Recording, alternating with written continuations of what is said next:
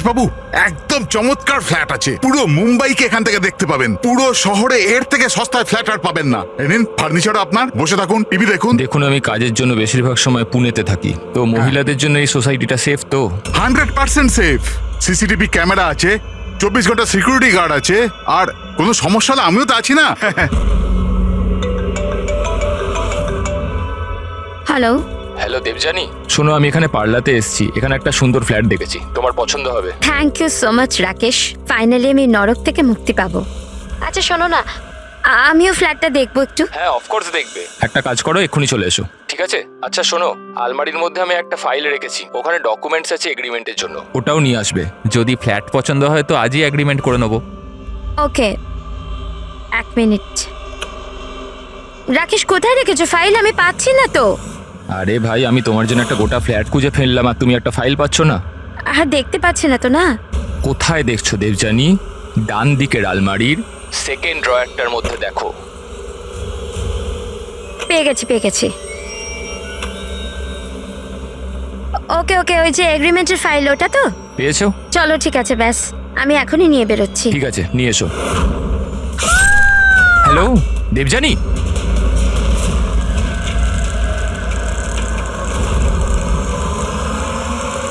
ACP sir,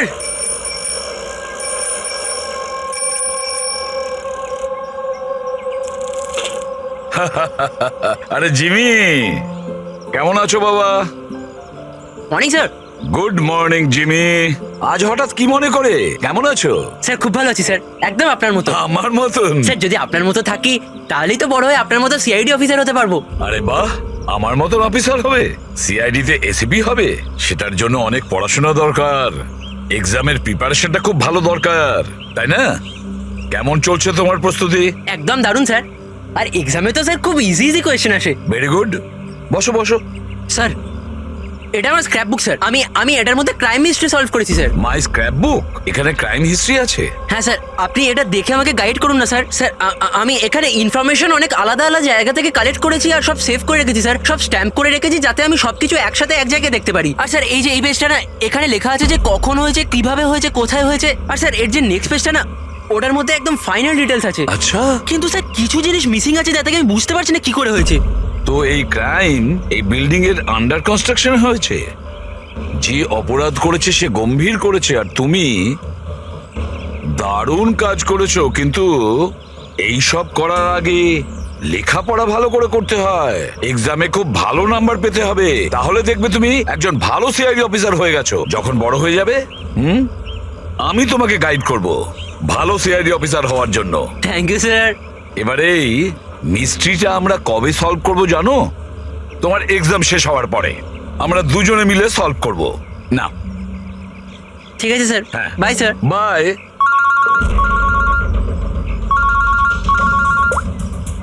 হ্যাঁ দয়া, কোথায়? আচ্ছা ঠিক আছে, আমি এখনই পৌঁছচ্ছি ওখানে। হ্যাঁ, আর রিপোর্ট নিয়ে বিউরোতে এসো। হ্যাঁ।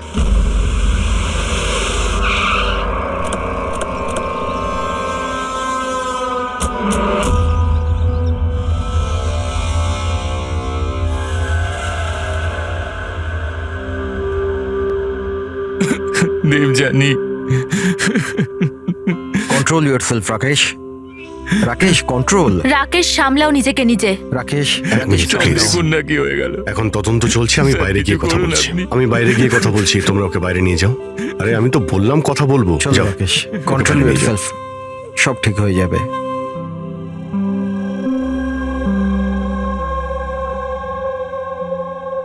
রাকেশ বলল হামলার সময় ও বাড়িতে একাই ছিল।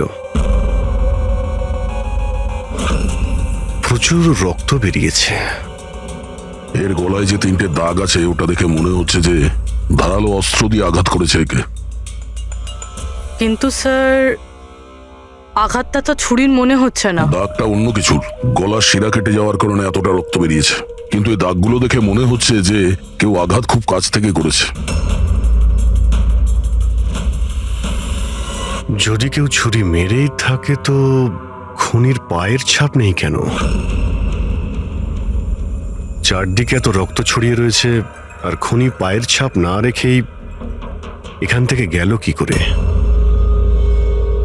হ্যাঁ, এটা তো চিন্তা করার বিষয় যে ও গেল কি করে। এই রাকেশ বলছিল যে যখন দিব্যানীর খুন হলো তখন ও এর সঙ্গে ফোনে কথা বলছিল আর ও একটা ফাইল খুঁজছিল, আর হঠাৎ চিৎকারের আওয়াজ এলো আর ও মারা গেল। আমি একটা জিনিস বুঝতে পারছি না যে এত বড় ঘরে ওই খুনি এলো কি করে, যেটা দিব্যানী দেখতে পেল না। এটাই কিছু বুঝতে পারছি না। একদমই। যদিও খনিকে ভিতরে ঢুকতে দেখতে পেত বা যদিও বুঝতেও পারত তাহলে ও রিয়াক্ট করত। রাকেশের সঙ্গে ফোনে কথা বলছিল, রাকেশও জানতে পারত, কিন্তু এমনটা হয়নি। স্যার, আমরা পুরো বাড়ি খুঁজে ফেলেছি কিন্তু কোথাও মার্ডার উইপেন খুঁজে পাইনি। এটা কি ধরনের খুন? না খুনির আসার কোনো প্রমাণ, না যাওয়ার কোনো প্রমাণ। আর খুনটা এমন অস্ত্র দিয়ে হয়েছে যার ব্যাপারে জানাই যাচ্ছে না। খুনিকে ধরতে গেলে অন্তত এটা তো জানতেই হবে যে খুন করলো কি দিয়ে। স্যার হতে পারে দেবযানীর ওপর খুনি পিছন থেকে হামলা করেছিল আর রিয়্যাক্ট করার আগেই হয়তো ওর মৃত্যু হয়েছে। অভিজিৎ, একটা কাজ করা যাক, এই ক্রাইম সিনটাকে আবার রিক্রিয়েট করে দেখি। হতে পারে জানতে পারা যাবে যে খুনি কোথা থেকে এসছে। ঠিক আছে দয়া, তুমি এই দিকটা দেখো, ততক্ষণ আমি প্রতিবেশীদের সঙ্গে কথা বলে আসছি।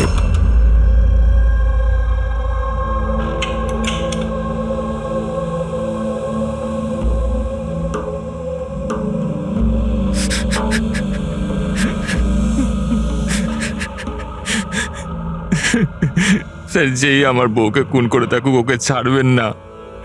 নিজেকে সামলাও, খুনি অবশ্যই ধরা পড়বে। এই সামনের ফ্ল্যাটটা কার? স্যার এটা আমার ফ্ল্যাট।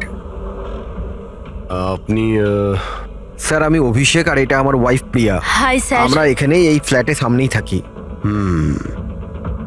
9:30টার সময় যখন এই খুন হয় তখন আপনারা কোথায় ছিলেন? স্যার আমরা এই করিডোরেই ছিলাম।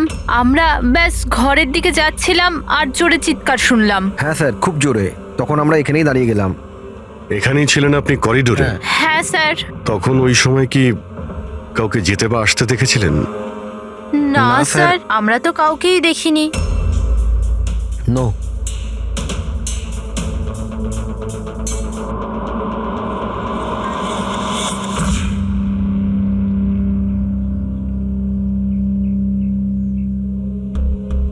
স্যার আমি আপনাকে দেখতে পাচ্ছি।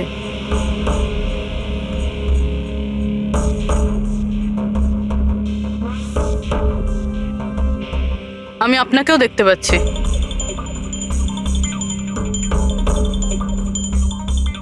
স্যার খুনি যেদিক থেকেই আসুক দেবযানী ঠিক দেখতে পেত। তাহলে এরকম কিভাবে হলো যে দেবযানী খুনিকে দেখতেই পেল না?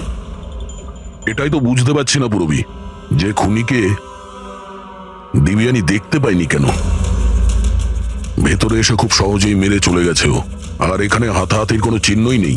খুনি না ডান দিক থেকে এসছে, না বাঁ দিক থেকে, আর না পেছন থেকে। আচ্ছা, এটা তো নয় যে খুনি সামনে থেকে এসছে? সামনে তো ক্যাবিনেট আছে, এখান থেকে তো দেখতেই পাওয়া যেত। দেখতে তো তখন পেত যখন ওকে দেখা দিত। আচ্ছা, ও এখানে তো জায়গাই নেই স্যার। এটাতেও নেই। স্যার দেবযানীর খুন হয়েছে মানে খুনি ভিতরে তো নিশ্চয়ই এসেছিল। এবার প্রশ্ন এটাই থাকে যে ও এখানে লুকিয়েছিল কোথায়? তার থেকেও বড় কথা স্যার, খুনি ঘরের ভিতর ঢুকলো কি করে? না কোনো জানলা ভাঙা আছে, না কোনো কাঁচ ভাঙা আছে, আর না তো দরজাটা নিয়ে কেউ কিছু করেছে।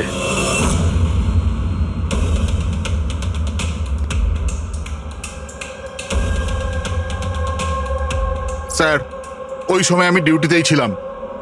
কখন হলো আমি জানি না স্যার। তোমার কাউকে সন্দেহ হয়? একদম নয় স্যার। স্যার ওর সাথে তো একদিন না একদিন এটা ঘটতোই। কেন? এটা কেন বলছেন আপনি? নম্বরের ক্যারেক্টারলেস মহিলা ছিল ওর ঘরে। জানি না কত লোকের আসা যাওয়া লেগেই থাকতো। রাকেশ, এই ফ্ল্যাটের চাবি কার কার কাছে থাকে?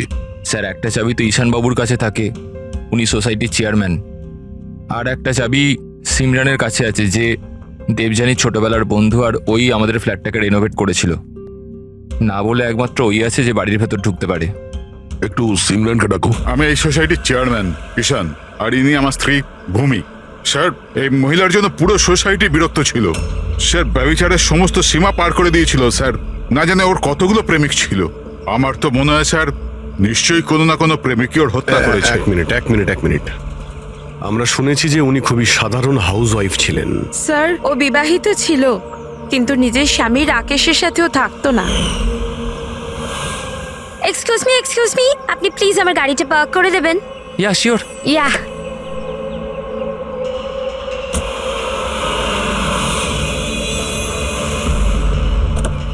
আরে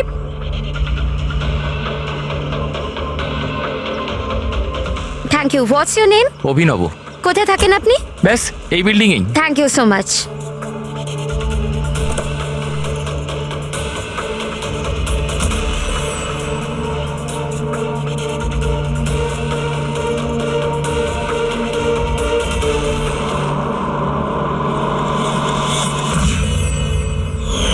সোসাইটির ছেলেদের কাছে সাহায্য চাইতো বলে আপনারা ওনার ক্যারেক্টার নিয়ে আঙুল তুলছেন?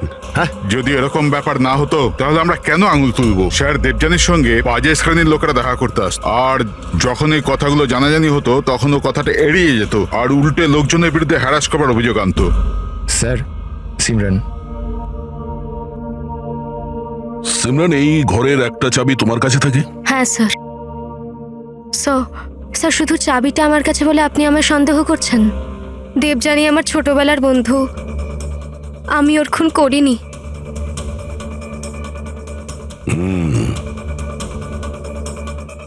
রাকেশ, এই ঘটনার ব্যাপারে দিব্যানীর বাড়ির লোককে ইনফর্ম করেছো তো? আমি ওর ছোট বোনকে ফোন করেছি স্যার, ও হয়তো আসছে। আপনি জানেন ও 10 জন লোকে লাভ কার্ড দিয়েছে। লাভ কার্ড? ওটা তো আমিও জানতাম না, যখন আমার হাজব্যান্ডকে দিল তখন আমি জানতে পারলাম। আপনাকেও? আপনি সবাইকে জিজ্ঞেস করতে পারেন স্যার। কি একদম ঠিক। দেখুন ওই কার্ডটা কি আমরা দেখতে পারি?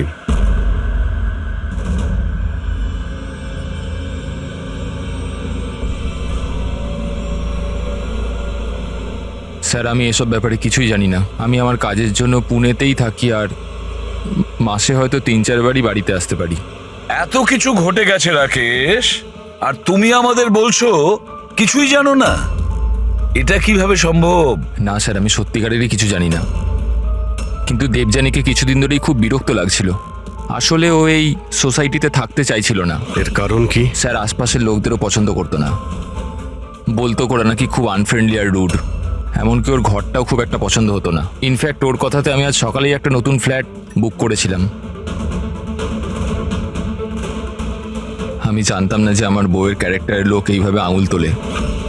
আসুন স্যার, ইনি রিয়া, দেবযানীর বোন। আসুন, বসুন।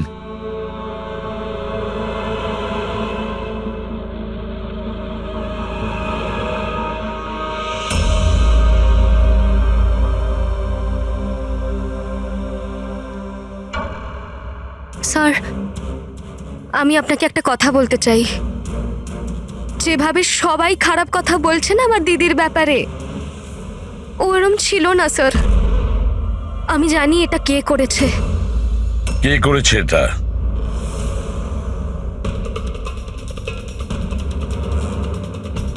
স্যার আসলে বিয়ের আগে দিদির একটা বয়ফ্রেন্ড ছিল, নীলেশ নাম ছিল। দিদির ওর সাথে আশীর্বাদে হয়ে গিয়েছিল। সব ওই করেছে স্যার। আপনি এটা কেন মনে করছেন যে দিব্যানীর খুন নীলেশ করেছে? Sir he was a disgusting man. মার তো খুব অত্যাচার করতো আমার দিদির ওপর স্যার। স্যার স্যার ওর এরকম ব্যবহারের জন্যই ওর সাথে আমরা বিয়ে ভেঙে দিই। আমার সাথে সম্পর্ক ভাঙলি? হ্যাঁ, আমার সাথে সম্পর্ক আর বিয়ে অন্য কাউকে? কেন? তোর বাবার কথায় না? কি কম আছে আমার মধ্যে? কাউকে বিয়ের কথা কখনো ভাবলে না? আমি তোকে আমার কথা শোনো, বিশ্বাস করো। How dare you! তোমার সাহস কি করে হয় আমার দিদির উপর হাত তোলার? হ্যাঁ, আমার দিদি তোমার সাথে বিয়ে করবে না, এইটুকু কথা তোমার মাথায় ঢোকে না? না, হ্যাঁ? তোকে মেরে ফেলবো, আমি প্রাণে মেরে ফেলবো, বুঝলি? আমাকে ছাড়া কখনো কাউকে বিয়ে করার কথা ভাবিস তো? কিছুদিন বাদে ও দিদিদের পাশের একটা বিল্ডিং এ শিফট হয়েছিল স্যার। ওই দিনটার পরে দিদির ফোনের হুমকির কল মেসেজ দিদির কাছে রোজ আসতো স্যার। এমনকি কিছু লোক দিদির বাড়িতে রোজ আসতো স্যার। স্যার আমি বলছি স্যার, এই সব নীলেশের কাজ স্যার। আর ওই সোসাইটির চেয়ারম্যান ঈশান স্যার, ও আমার দিদিকে বদনাম করার একটাও সুযোগ ছাড়েনি। ও এটা কেন করতে যাবে? ও ও ও এই জন্য, কারণ ওর নজর দিদির ওপর ভালো ছিল না স্যার। ও ওকে একা পেয়ে ওর সুযোগ নিতে চেয়েছিল স্যার। আর যখন এটা করতে পারলো না স্যার, তখন ওর দিদির বদনাম করতে শুরু করে দিল। নীলেশ আর ঈশান, নীলেশ ওর বিয়ে ভেঙে যাওয়ায় প্রতিশোধ নিতে চায়, আর ঈশানের মেয়েলিগোতে আঘাত লেগেছে, সেই কারণেও দিবিয়ানিকে বদনাম করার চেষ্টা করছে। রাকেশ, ঈশান আর নীলেশের ব্যাপারে তুমি কিছু জানো? আমাকে কেউ কখনো কিছু বলেনি, কিন্তু একটা রবিবার আমি বাড়িতেই ছিলাম, আর রাত্রির প্রায় তখন 11টা, বাড়ির বেলটা বাজলো। যখন আমি দরজা খুললাম তো সামনে একটা লোক দাঁড়িয়েছিল, আমাকে দেখতেই পালিয়ে গেল ওখান থেকে। আমি ওকে আটকানোর চেষ্টা করেছিলাম, কিন্তু ততক্ষণও চলে গেছে। ঠিক আছে, তোমরা এখন যেতে পারো। যদি আমাদের দরকার পড়ে তোমাদের ডেকে নেব।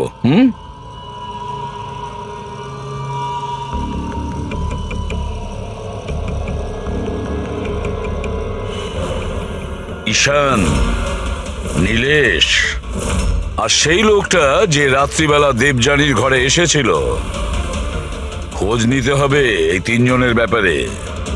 হতে পারে খুনি এই তিনজনের মধ্যেই কেউ। তবে যেই হোক, দেবযানীকে কিভাবে খুন করলো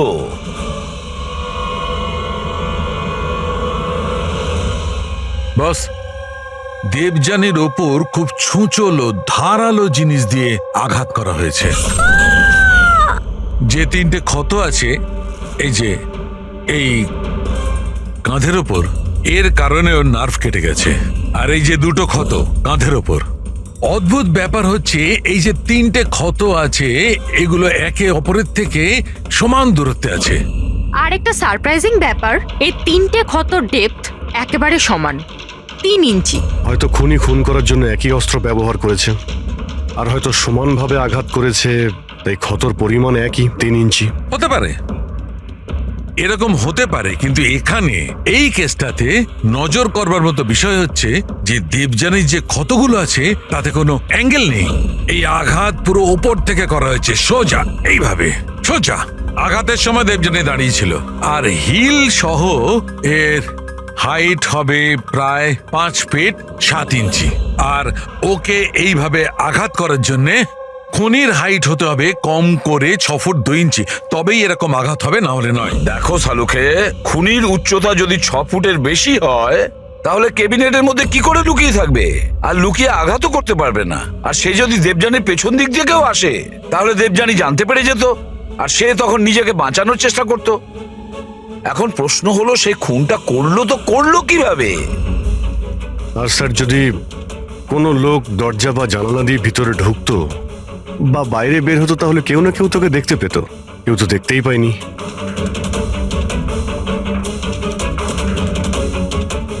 এই খুনি দেবযানীর কাছে পৌঁছলো কিভাবে? আর তাছাড়া দেবযানী টেরও পেল না। আর তারপরে এমন কোন অস্ত্র ব্যবহার করেছে ওই খুনি যে এইভাবে আঘাত করতে পারে? কি দিয়ে মেরেছে? জানি না কেন আমার মনে হচ্ছে যে এমন কিছু আছে যেটা আমরা দেখতে পাচ্ছি না। ওখানে ওই খুনি কোথা থেকে এসছে আমরা জানি না। ক্রাইম সিনে মার্ডার ওয়েপন পাইনি।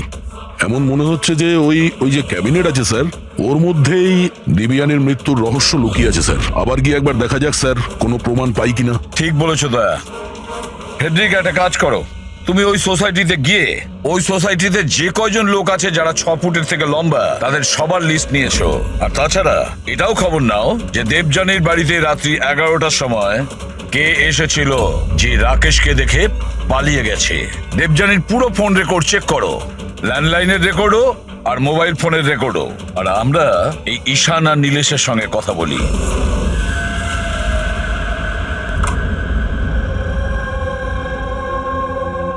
ডক্টর সালুখের থিওরি অনুযায়ী খুনের উচ্চতা 6 ফুটের উপরে। স্যার তাহলে তো ঢুকবে কিভাবে? এটাই তো ভাবছি।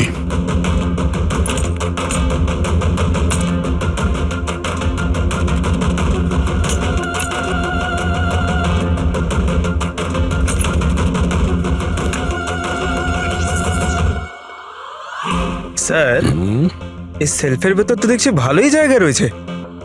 আপনার মতো লম্বা চওড়া লোকও এর ভেতর ঢুকে যেতে পারবে। ওটাও দেখে নিচ্ছি।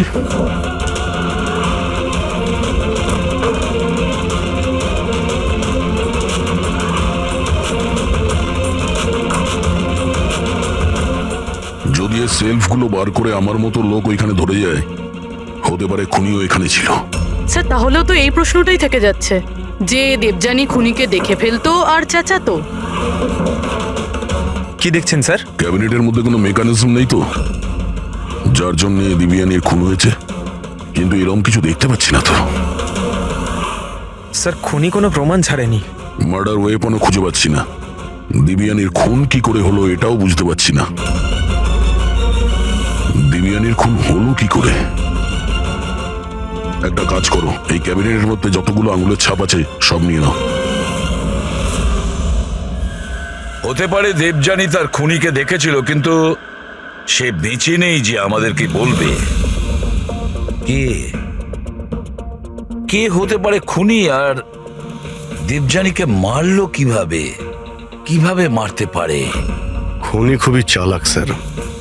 হ্যাঁ, চালাক তো বটেই, কিন্তু কতদিন লুকিয়ে থাকবে? কতদিন? স্যার এই 4টে লোক আছে সোসাইটিতে যাদের উচ্চতা 6 ফুট বা তার বেশি।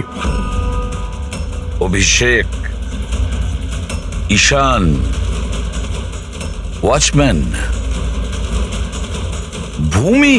স্যার এ হাই হিল পরে, হিল পরার পরের উচ্চতা 6 ফুট হয়ে যায়। কিন্তু অভিজিৎ, এই 4 জনের মধ্যে কে হতে পারে যে দেবযানীকে খুন করেছে? ওই ক্যাবিনেটে কে লুকিয়ে বসেছিল? কে হতে পারে? দিদির একটা বয়ফ্রেন্ড ছিল, নীলেশ নাম ছিল। অনেক বড় গুন্ডা তুই, হ্যাঁ? গত সপ্তাহে নিজের প্রতিবেশীকে এমন মেরেছিস যে মরতে মরতে বেঁচে গেছো, আর দিবিয়ানিকে তো মেরেই দিয়েছিস। সত্যি সত্যি যদি মেরে ফেলতাম, কিন্তু আফসোস ও তো নিজেই মরে গেল। হ্যাঁ মানছি ওর সাথে আমার ঝগড়া হতো, কিন্তু এর জন্য কেউ বিয়ে ভাঙে নাকি? স্যার এই জন্যই আমি বদলা নিতে চেয়েছিলাম। প্রচুর তেল তোর শরীরে না? হ্যাঁ, 2 মিনিট, মাত্র 2 মিনিটই তোর সমস্ত তেল বার করে দেবো, বুঝেছিস? তারপর স্বপ্নেও কাউকে মারার কথা ভাববি না তুই। স্যার আমি ওই সোসাইটিটার সমস্ত ফুটেজ চেক করেছি, আর সেখানে নীলেশ সোসাইটির বাইরে এদিক ওদিক ঘুরে বেড়াচ্ছিল দেখা গেছে। আচ্ছা,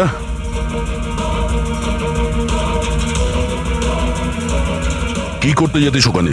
আমি শুধু দেখা করতে গিয়েছিলাম, দেখা করার চেষ্টা করতাম, কিন্তু ওর দেখা পাইনি। বুধবার সকাল 9:30টার সময় যখন দিবিয়ানির খুন হয়েছিল, কোথায় জানি ছিলি না তুই?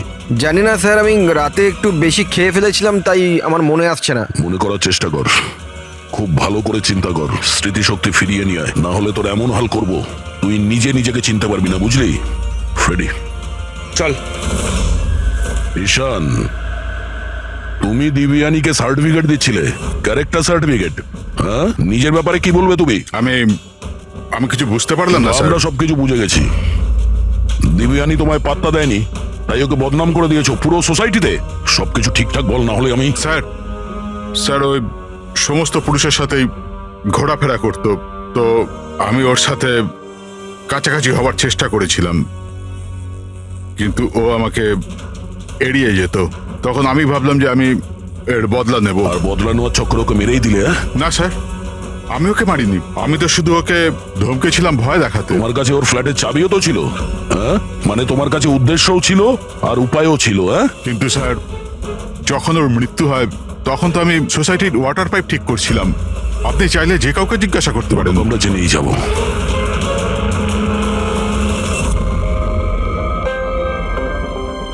স্যার, হ্যাঁ, এই ঈশান আর নীলেশ এদের দুজনের মধ্যে কেউ একজন খুনি হতে পারে স্যার। দুজনের কাছে কারণ ছিল খুন করার, কিন্তু কোনো পোক্ত প্রমাণ হাতে পাইনি। আরো কিছুটা এনকোয়ারি করতে হবে। সে যেই হোক নিজেকে খুব চালাক মনে করে সে। আচ্ছা দয়া, দেবযানীর বাড়িতে রাত্রি 11টার সময় যে এসেছিল সে কে, কিছু জানতে পেরেছো? হ্যাঁ স্যার, ওনার নাম সুনীল, বাইরেই বসে আছে। স্যার, দেবযানীর সাথে আমার কথা ডেটিং সাইটে হয়েছিল। ডেটিং সাইটে? Yes sir. তারপর আমাদের মেলেও কথা হতো স্যার। আর দেবযানী আমায় বাড়িতে দেখা করতে ডেকেছিল, আর আমি দেখা করতে গিয়েছিলাম স্যার। কিন্তু ওর বরকে থেকে ঘাবড়ে গেছিলাম স্যার। ভয়ের চোটে আমি ওখান থেকে পালালাম স্যার। পূরবী, দেবযানীর ডেটিং সাইট চেক করো আর ওর ইমেলও চেক করো। দেখা তো যাক এ কতটা সত্যি বলছে।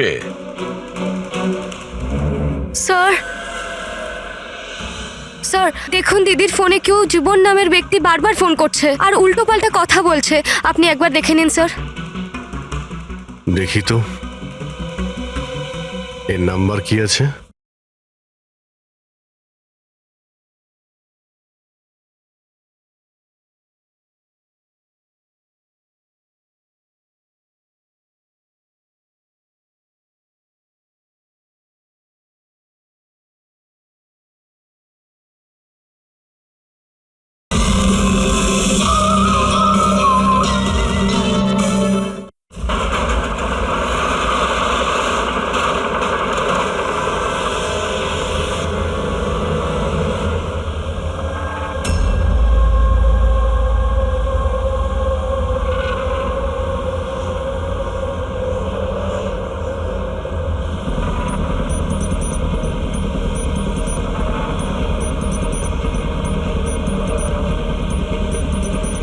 আরে ঠিক করে কাজ কর না।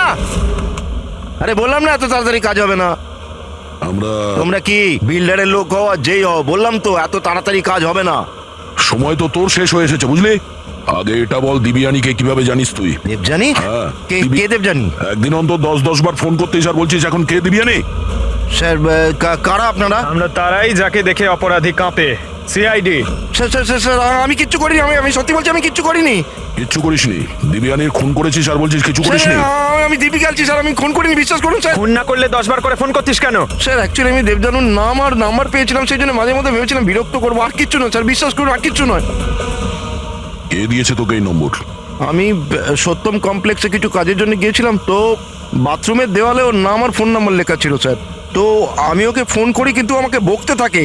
আমি বুঝতে পারি ও খুব ভদ্র একজন মেয়ে। স্যার আমি ওর খুন করিনি, দিব্যি গেলছি স্যার, বিশ্বাস করুন আমি খুন করিনি ওর। পঙ্কজ, একটু চেক করো তো সত্যম কমপ্লেক্স।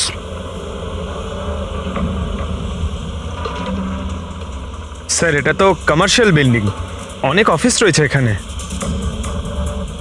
ও, নিশ্চয়ই ওখানে রোজউড সোসাইটির কেউ আছে যে সত্যম কমপ্লেক্সে কাজ করে, যে দিবিয়ানিকে একটু বেশি ঘৃণা করতো।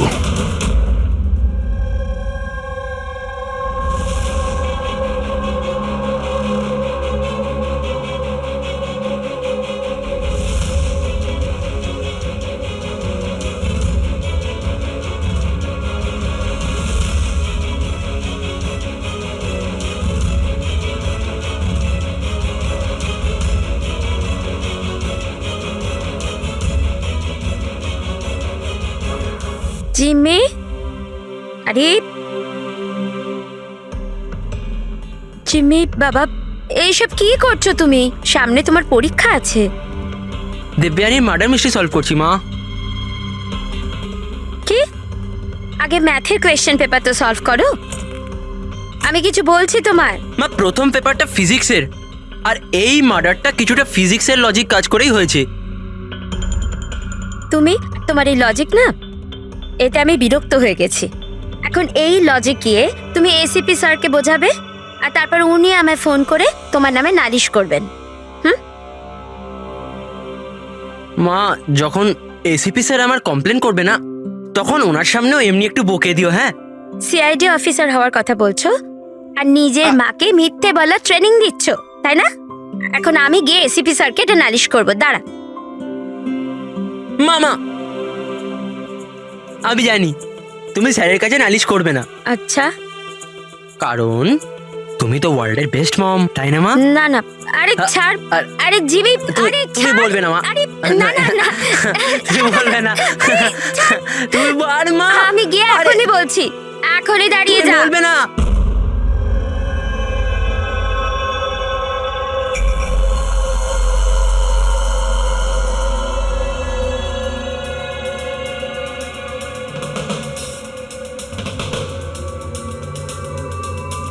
স্যার মনে হচ্ছে ও সোসাইটিরই কেউ হবে, যারা এই কমপ্লেক্সের সঙ্গে যোগাযোগ আছে। স্যার আমি দেবযানী আর সুনীলের সব মেসেজ চেক করেছি, একটা অবাক করার মতন বিষয় জানতে পেরেছি। কি জানতে পেরেছো? স্যার দেবযানী যখনই মেল পাঠিয়েছে ও ওর আইপি অ্যাড্রেস রিডিউট করে দিয়েছিল।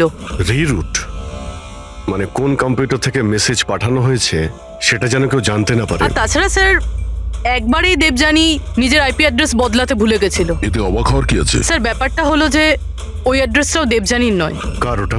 দেবযানীর প্রতিবেশী পিয়ার। আর এটা আমার ওয়াইফ প্রিয়া। Hi sir. আমরা এখানেই এই ফ্ল্যাটের সামনেই থাকি। তার মানে প্রিয়া ডেটিং সাইটে দেবযানীর প্রোফাইল বানায়, ওই তাহলে মেসেজগুলো পাঠাচ্ছিল। স্যার, সত্যম কমপ্লেক্সে রোজউড সোসাইটির ভূমি কাজ করে। দেবযানীর প্রতিবেশী ভূমি আর প্রিয়া। এবার দেবযানীর মৃত্যুর পেছনে সত্যিটা কি সেটা তো ভূমি আর প্রিয়াই বলতে পারবে। এসিপি স্যার, এসিপি স্যার, আরে এসিপি স্যার, আমি খুঁজে বার করেছি। কি খুঁজে বের করেছো? এটাই যে দেবযানীর মৃত্যু কিভাবে হয়েছিল। দেবযানীর মৃত্যু কিভাবে হয়েছিল? ড্রোন দিয়ে হয়েছিল দেবযানীর মৃত্যু।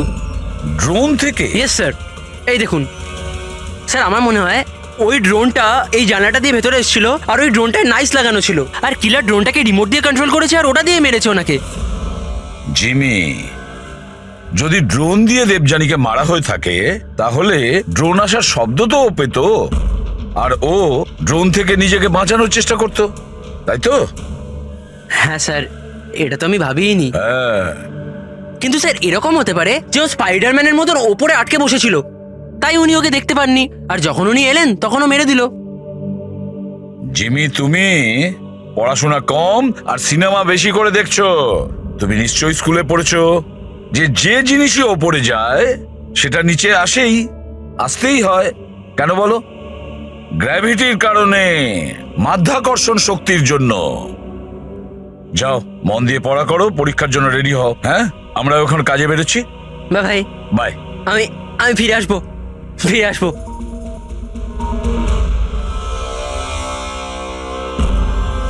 কিছু বলছেই না। সব বলবো, সব বলবো। আসুন আসুন।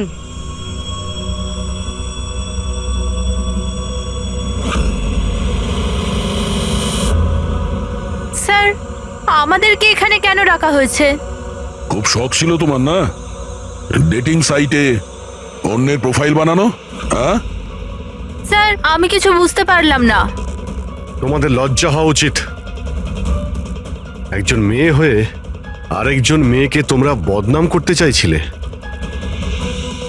তুমি দেবযানীর ডেটিং সাইটে নকল প্রোফাইল বানিয়েছিলে, লোকেদের মেলও করেছিলে যাতে ওর বদনাম হয়। স্যার, আপনাদের কোথাও নিশ্চয়ই ভুল হচ্ছে। প্রমাণ আছে আমাদের কাছে। তুমি তোমার আইপি অ্যাড্রেস চেঞ্জ করোনি পিয়া? কিন্তু আমাকে কেন ডাকলেন এখানে? আপনাকে? আপনি তো দেবযানীর নাম আর নাম্বার বাথরুমে লিখে দিয়েছিলেন। না স্যার, আর আমি এরকম কেন করব? আচ্ছা, ওই সুইপারকে ডাকবো যাকে টাকা দিয়েছিলে তুমি এই সব কাজ করার জন্য? হ্যাঁ স্যার এইবার তো পরিষ্কার, এই দুজন মিলেই দেবযানীকে মেরেছে। হ্যাঁ অভিজিৎ, এদের ওপর ব্যবস্থা নেওয়া শুরু করা যাক। না স্যার, প্লিজ আমাদের ওপর বিশ্বাস করুন, আমরা ওকে মারিনি। স্যার, আমরা দুজন মিলে ওকে বদনাম করার চেষ্টা নিশ্চয়ই করেছিলাম, কিন্তু আমরা ওকে মারিনি। হ্যাঁ স্যার, আমরা চাইতাম যে ও এখানে যেন না থাকে, তাই জন্য এসব করেছিলাম আমরা। কিন্তু যখন ও চলেই যাচ্ছিল, তাহলে আমরা কেন ওকে এভাবে মারতে যাব? কিন্তু তোমরা কেন চাইছিলে না যে ওই সোসাইটিতে থাকুক? হ্যাঁ, স্যার দেখুন, এরকম যে দিব্যানী বেশিরভাগ সময় বাড়িতে একা থাকতো, আর সোসাইটির সব ছেলেরা ওর সুন্দরতার প্রশংসা করত। তো আমরা একটু ইনসিকিউর হয়ে গেছিলাম যে আমাদের হাজবেন্ডসরাও ওরকম না হয়ে যায়। বিশ্বাস হয় না যে একজন মেয়ে হয়ে তোমরা একটা মেয়ের সঙ্গে এইরকম ব্যবহার করতে পারলে। এবার বাকি কৈফিয়ত হাজতে গিয়ে দিও। এটা নিয়ে যাও পূর্বী। যান যান আপনারা যান। চলো।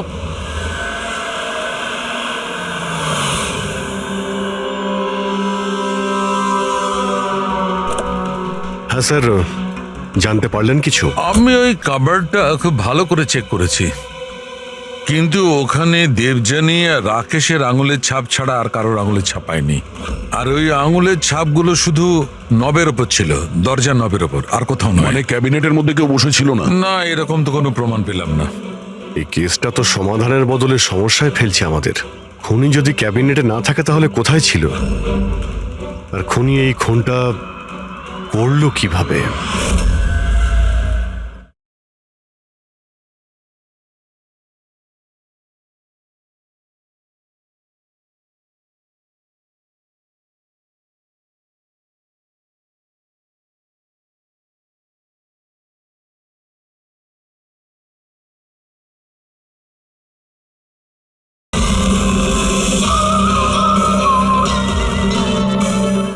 না জানালা দিয়ে এসেছে, না দরজা দিয়ে, আর না তো এই কাবার্ডের মধ্যে ছিল। তাহলে খুনি এলো কিভাবে? আর যদি খুনি না আসে তাহলে খুনটা হলো কিভাবে? খুন হলো কি করে? দেখো, আমি তোমাদের বলেছিলাম না দেবযানীর কাঁধের ওপর যে 3টে ক্ষত ছিল, ওগুলো একদম 90 ডিগ্রি অ্যাঙ্গেলে ছিল। মানে মানে যখন আঘাত করা হয়েছে উঁচু থেকে করা হয়েছে, ওপর থেকে।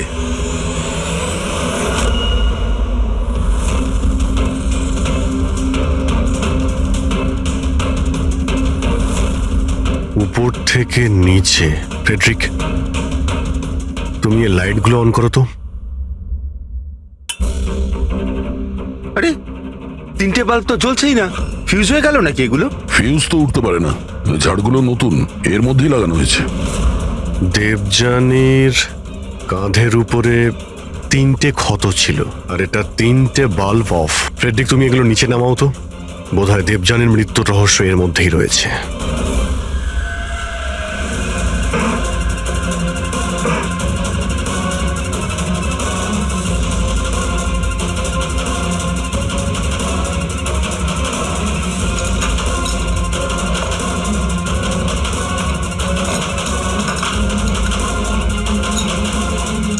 ক্যামেরা এখানে লাগিয়েছে কেন?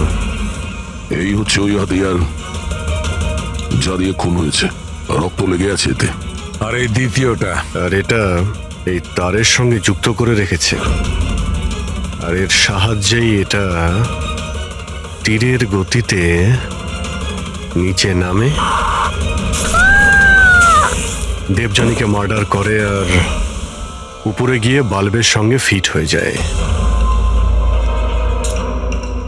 স্যার, এটাতে সেন্সারও আছে। মনে হচ্ছে যে ওয়াইফাই দিয়ে, কোনো রিমোট দিয়ে বা অ্যাপের মাধ্যমে চালানো হচ্ছে। কেউ তো এই ক্যামেরা দিয়ে দিবিয়ানির উপর নজর রাখছিল, ওর প্রত্যেকটা চালচলনের উপর।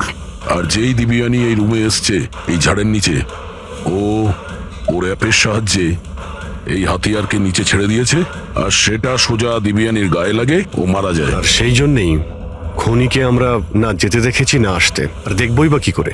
খুনি তো এখানে ছিলই না। ভালো টেকনিক ব্যবহার করেছে খুনি। কিন্তু এরকম করতেটা কে পারে?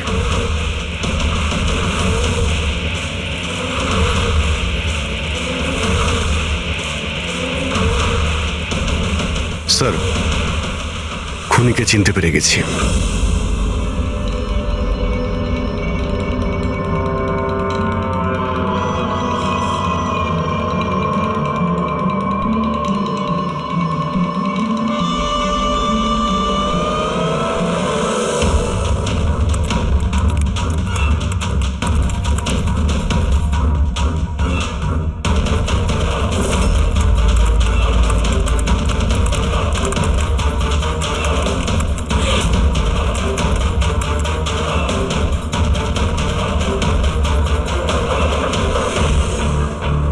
ল্যাপটপ কি করে অন হলো?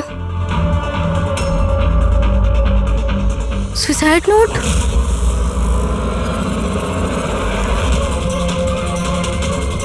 কে?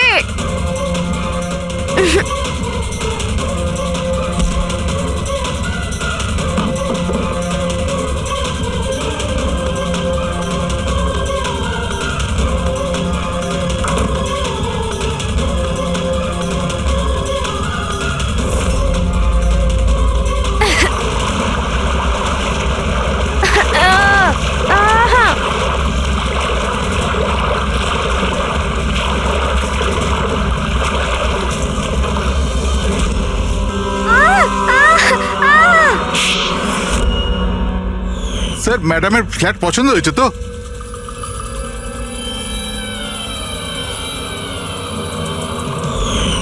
যখনই আমরা এই স্যান্ডেলিয়ারের ওপর মেকানিজম দেখলাম, আমরা বুঝতে পারলাম যে সবের পেছনে সিমরান তুমি আছো। কারণ তুমি দিব্যানীর ঘরের রিনোভেশন করেছিলে কয়েকদিন আগে। আমি যা কিছু করেছি সব রাকেশের কথাই করেছি, কিন্তু ও এতটাই খারাপ মানুষ যে ও আমাকেও মারার চেষ্টা করেছে, যাতে ওর রাস্তা পরিষ্কার হয়ে যায়। কিন্তু তুমি এটা কেন করলে? দেবযানী আমার বন্ধু ছিল ঠিকই, কিন্তু আমি ওকে ছোটবেলা থেকেই অপছন্দ করতাম। কারণ ওর ভালো মানুষের জন্য সবাই ওকে আমার থেকে বেশি অ্যাপ্রিসিয়েট করতো। আমার খুব হিংসে হতো। আর এই রাকেশ আমায় উৎসাহ দিল আর ওকে মারার প্ল্যান বানালো, যেটাতে আমি ছিলাম না। কিন্তু হ্যাঁ, ওর সঙ্গ নিশ্চয়ই দিয়েছি। ডান দিকের আলমারির সেকেন্ড ড্রয়ারটার মধ্যে দেখো। তুমি ইচ্ছে করে ওকে ফাইল আনতে বলেছিলে, এইভাবে ও ঝাড়বাতির সামনে আসে আর অ্যাপের মাধ্যমে তুমি ওকে খুন করে দিলে। আর কি করতাম স্যার?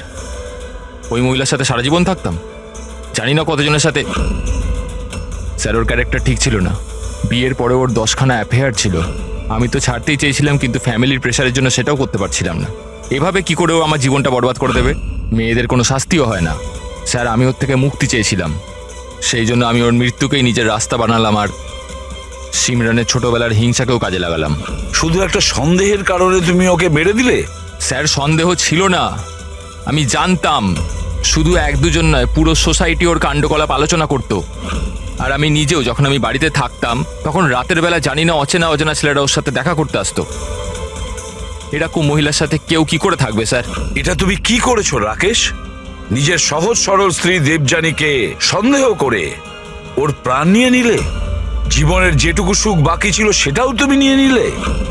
এবার তোমরা দুজন জেলের গড়াদের পিছনে পৌঁছতে থাকবে। আইন তোমাদের কঠোরতম শাস্তি দেবে।